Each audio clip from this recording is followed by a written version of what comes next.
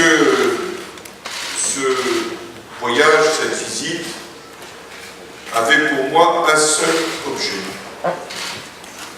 C'était d'appuyer, au nom de la France, la transition démocratique en Tunisie, dans le contexte que l'on sait. Et de dire notre amitié au peuple tunisien dans son ensemble. Et lui affirmer que la France serait toujours à ses côtés, quelles que soient les circonstances, pour réussir la révolution tunisienne. Il ne s'agit pas de nous ingérer, ni de donner la leçon, mais de faire en sorte que ce qui s'est produit en Tunisie puisse être un succès pour la Tunisie, pour la relation entre la France et la Tunisie, mais plus largement pour offrir un exemple à la Méditerranée dans son ensemble et à tous les peuples qui luttent pour leur liberté. Les rencontres que j'ai eues avec le président de la République, Monsef Marzouki, avec le gouvernement et le Premier ministre, avec aussi l'Assemblée nationale constituante, n'avaient que ce seul objectif, non pas choisir entre les uns et les autres, non pas participer au débat public, telle n'est pas la place de la France, mais tout simplement dire que, soucieux des libertés, des droits, de l'égalité des femmes par rapport aux hommes, nous souhaitons que la Tunisie puisse accomplir sa révolution jusqu'au bout, avec une constitution qui garantira l'état de droit, qui fixera les pouvoirs et les contre-pouvoirs, permettra de donner aussi des garanties en matière de liberté et d'égalité. Puis ensuite, avec des élections libres. Je rappelle que la Tunisie n'a connu qu'un scrutin libre depuis l'indépendance, celui de 2011. Et que c'est donc avec grande méticulosité, grande exigence, que les Tunisiens préparent le prochain scrutin, les prochains scrutins. La France sera aussi aux côtés des Tunisiens en favorisant le développement économique. C'est pourquoi la délégation qui m'accompagnait, au-delà des ministres, au-delà des élus, je les en remercie, qui sont ici, était constituée de chefs d'entreprise nombreux, qui, présents déjà en Tunisie depuis des années,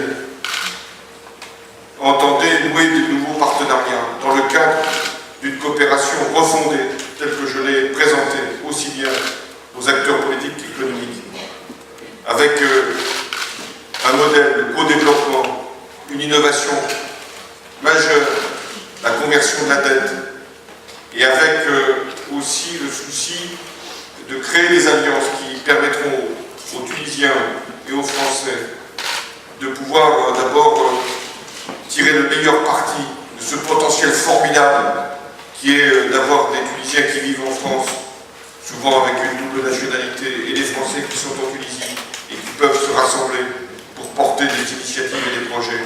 Mais nous pouvons aussi faire davantage, nouer ces alliances pour aller conquérir des marchés ensemble, en Afrique et au-delà.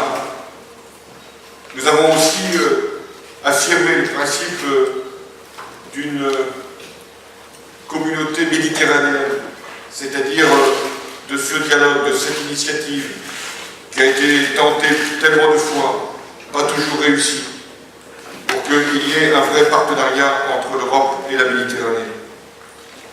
Nous avons signé bon nombre d'accords dans bien des domaines économiques. Je ne vais pas ici les citer tous. L'agroalimentaire, les énergies, les nouvelles technologies, le tourisme qui est une des richesses de la Tunisie. Et si j'ai tenu à faire cette conférence de presse ici, dans ce lieu prestigieux, et dans ce cadre fabuleux, c'est aussi pour convaincre que nos compatriotes et beaucoup d'autres peuvent venir en Tunisie passer des vacances, sans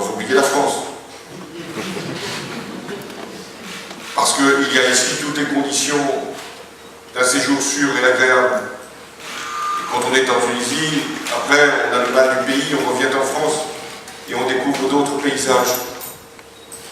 Voilà ce que j'ai entendu porter, et aussi un message à la direction de la jeunesse, des créateurs, des hommes et des femmes qui veulent circuler, que nous faciliterons tous ces échanges, toute cette mobilité tant demandée et pas toujours facilitée jusqu'à présent. Nous avons déjà pris beaucoup de mesures. Je remercie l'ambassade, les services consulaires. 100 000 visas sont délivrés, c'est considérable. Nous pourrons faire encore plus vite, sans doute. Nous avons visité ce matin un musée splendide où le Louvre s'est impliqué. Nous avons eu également des échanges avec les jeunes, les volontaires. Je remercie Martin, comme je remercie Jack Lang aussi pour l'Institut du monde arabe. Bref, je ne vais pas ici faire la liste de tous ceux, toutes celles qui contribuent à l'amitié entre la Tunisie et la France. Ce que je retiens aussi, c'est l'attente qui est portée sur la France. L'espérance, la confiance. Nous avons encore eu un témoignage à Tunis, où en plus nous venions de faire un acte fort, symbolique, qui consiste à remettre des archives par rapport à un acte qui s'est produit en 1952, par rapport à un héros du peuple tunisien. Je pense que ce geste devait être fait. Il était plus que temps. Il n'était pas trop tard.